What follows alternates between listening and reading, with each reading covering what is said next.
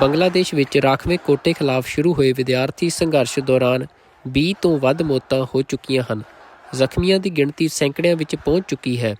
ਵੱਖੋ-ਵੱਖ ਥਾਵਾਂ 'ਤੇ ਪੁਲਿਸ ਵੱਲੋਂ ਪ੍ਰਦਰਸ਼ਨ ਕਰ ਰਹੇ ਵਿਦਿਆਰਥੀਆਂ ਖਿਲਾਫ ਹਿੰਸਕ ਕਾਰਵਾਈ ਕੀਤੀ ਜਾ ਰਹੀ ਹੈ।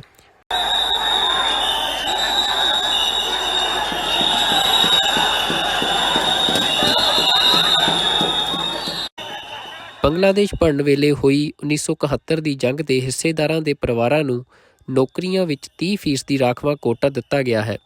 ਇਸ ਕੋਟੇ ਖਿਲਾਫ ਲਗਾਤਾਰ ਬੰਗਲਾਦੇਸ਼ ਵਿੱਚ ਵਿਰੋਧ ਹੁੰਦਾ ਰਿਹਾ ਹੈ।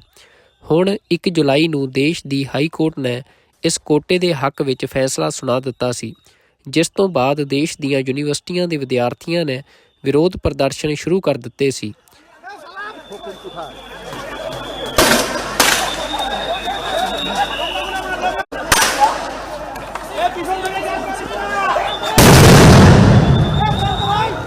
ਬੰਗਲਾਦੇਸ਼ ਵਿੱਚ ਬੇਰੁਜ਼ਗਾਰੀ ਲਗਾਤਾਰ ਵਧ ਰਹੀ ਹੈ, ਜਿਸ ਦੇ ਚੱਲਦਿਆਂ ਇਸ ਕੋਟੇ ਦਾ ਵਿਰੋਧ ਕਰਨ ਵਾਲੇ ਨੌਜਵਾਨਾਂ ਦੀ ਗਿਣਤੀ ਵੀ ਲਗਾਤਾਰ ਵਧ ਰਹੀ ਹੈ।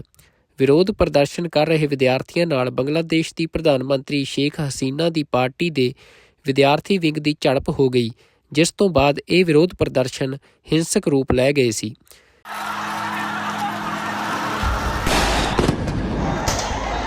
ਪ੍ਰਦਰਸ਼ਨਾਂ ਦੇ ਚੱਲਦਿਆਂ ਸਰਕਾਰ ਨੇ ਇੰਟਰਨੈਟ ਬੰਦ ਕਰ ਦਿੱਤਾ ਹੈ। ਕਈ ਖਬਰਾਂ ਦੀਆਂ ਵੈੱਬਸਾਈਟਾਂ ਵੀ ਬੰਦ ਕੀਤੀਆਂ ਗਈਆਂ ਹਨ। UN ਹਿਊਮਨ ਰਾਈਟਸ ਮੁਖੀ ਵੋਲਕਰ ਤੁਰਕ ਨੇ ਪ੍ਰਦਰਸ਼ਨਕਾਰੀਆਂ ਖਿਲਾਫ ਹਿੰਸਾ ਦੀ ਨਿੰਦਾ ਕੀਤੀ ਹੈ।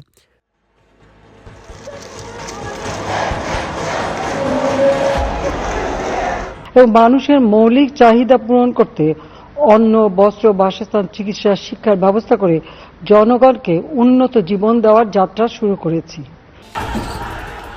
ਪ੍ਰਧਾਨ ਮੰਤਰੀ ਸ਼ੇਖ ਹਸੀਨਾ ਨੇ ਪ੍ਰਦਰਸ਼ਨਕਾਰੀਆਂ ਨੂੰ ਰਾਜ਼ਾਕਾਰ ਕਹਿ ਕੇ ਸੰਬੋਧਨ ਕੀਤਾ। ਇਹ ਸ਼ਬਦ 1971 ਦੀ ਜੰਗ ਵੇਲੇ ਪਾਕਿਸਤਾਨ ਹਕੂਮਤ ਦੇ ਹਮਾਇਤੀਆਂ ਲਈ ਵਰਤਿਆ ਜਾਂਦਾ ਸੀ।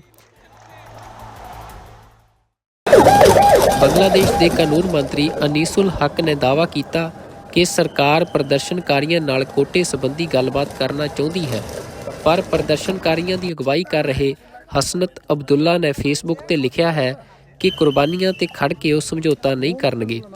ਇੱਕ ਹੋਰ ਆਗੂ ਆਸਿਫ ਮੁਹੰਮਦ ਨੇ ਕਿਹਾ ਕਿ ਗੋਲੀਆਂ ਦੇ ਡਰ ਅੱਗੇ ਗੱਲਬਾਤ ਨਹੀਂ ਹੋ ਸਕਦੀ। ਮੈਂ ਇਹ ਵਿਸ਼ਵਾਸਘਾਤ ਕਰਨ ਨਾਲੋਂ ਮਰਨਾ ਪਸੰਦ ਕਰਾਂਗਾ।